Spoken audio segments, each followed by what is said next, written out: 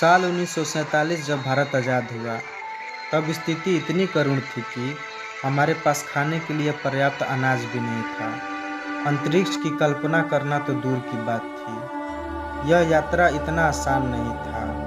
बहुत से चुनौतियों का सामना करना पड़ रहा था, जैसे कि बजट की कमी, सरकार द्वारा पर्याप्त समर्थन नहीं, अंतरिक्ष यात्रियों को प्रशिक्षित करने और मानव अंतरिक्ष उड़ान के लिए लॉन्च व्हीकल की उन्नत तकनीक की कमी। लेकिन हम साहस के साथ सभी चुनौतियों को स्वीकार कर आगे बढ़ते रहे। साइकिल और बैलगाड़ी से शुरू होकर हमारी अंतरिक्ष यात्रा आज मंगल और चांद तक पहुंच गई। तो चलिए जानते हैं आखिर इसरो ने दुनिया के बीच कैसे अपनी पहचान बनाई। जब भारत में अंतरिक्ष अनुसंधान गतिविधियों की शुरुआत हुई, उस समय अमेरिका और रूस में उपग्रहों का प्रशिक्षण हो चुका था।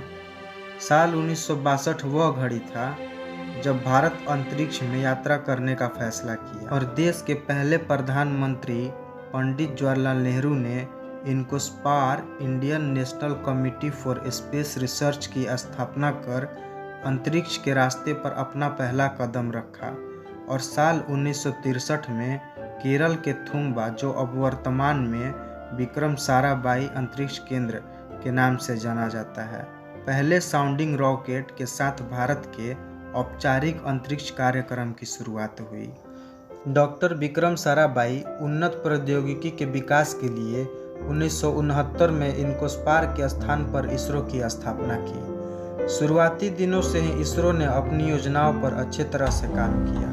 इसने यह अनुमति दी कि विकास की पहल में अपने स्वयं के उपग्रहों की प्रतीक्षा करने की आवश्यकता नहीं है। इसके बाद इसरो ने अपने मिशन पर तेजी से काम करना शुरू किया और कभी भी पीछे मुड़कर नहीं देखा। कुछ ही सालों बाद 19 अप्रैल 1975 को भारत ने अपना पहला उपग्रह आर्यभट्ट रूस के प्रक्षेपण केंद्र से सफलतापूर्वक प्रक्षेपित कर अंतरिक्ष की दुनिया में अपना नाम दर्ज कराया। आर्यभट्ट उपग्रह का निर्माण इसरो के लिए बड़ी चुनौती थी, क्योंकि उस समय ना तो भारतीय वैज्ञानिकों के पास आधारभूत सुविधाएं थीं और ना ही पर्याप्त संसाधन। लेकिन भारतीय वैज्ञानिकों के जज्बे के आगे ये समस्याएं छोटी हो गई और इसरो के तत्कालिक अध्यक्ष प्रोफेसर सतीश धवन के मार्गदर्शन में युवा टीम ने आर्यभट्ट का निर्माण किया।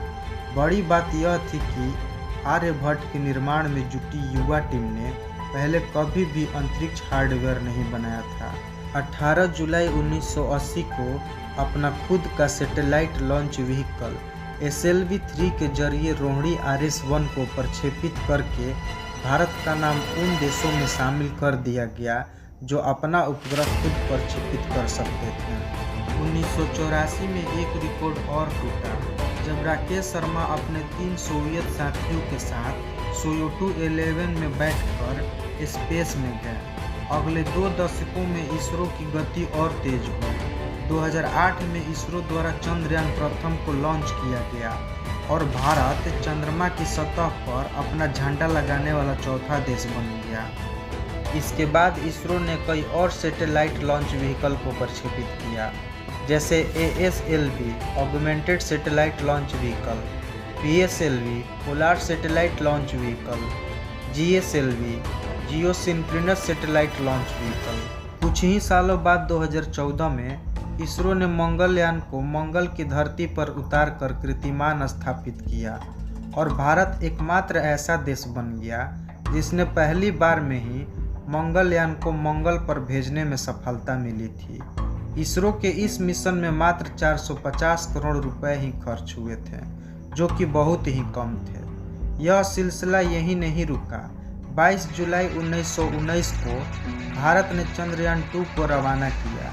हालांकि यह मिशन असफल रहा, लेकिन देश ने इसे एक उपलब्धि के तौर पर देखा। वर्तमान में इसरो गगनयान मिशन पर काम कर रहा है, जो 2025 में लॉन्च होगा। गगनयान देश का पहला मानव अंतरिक्ष उड़ान मिशन है।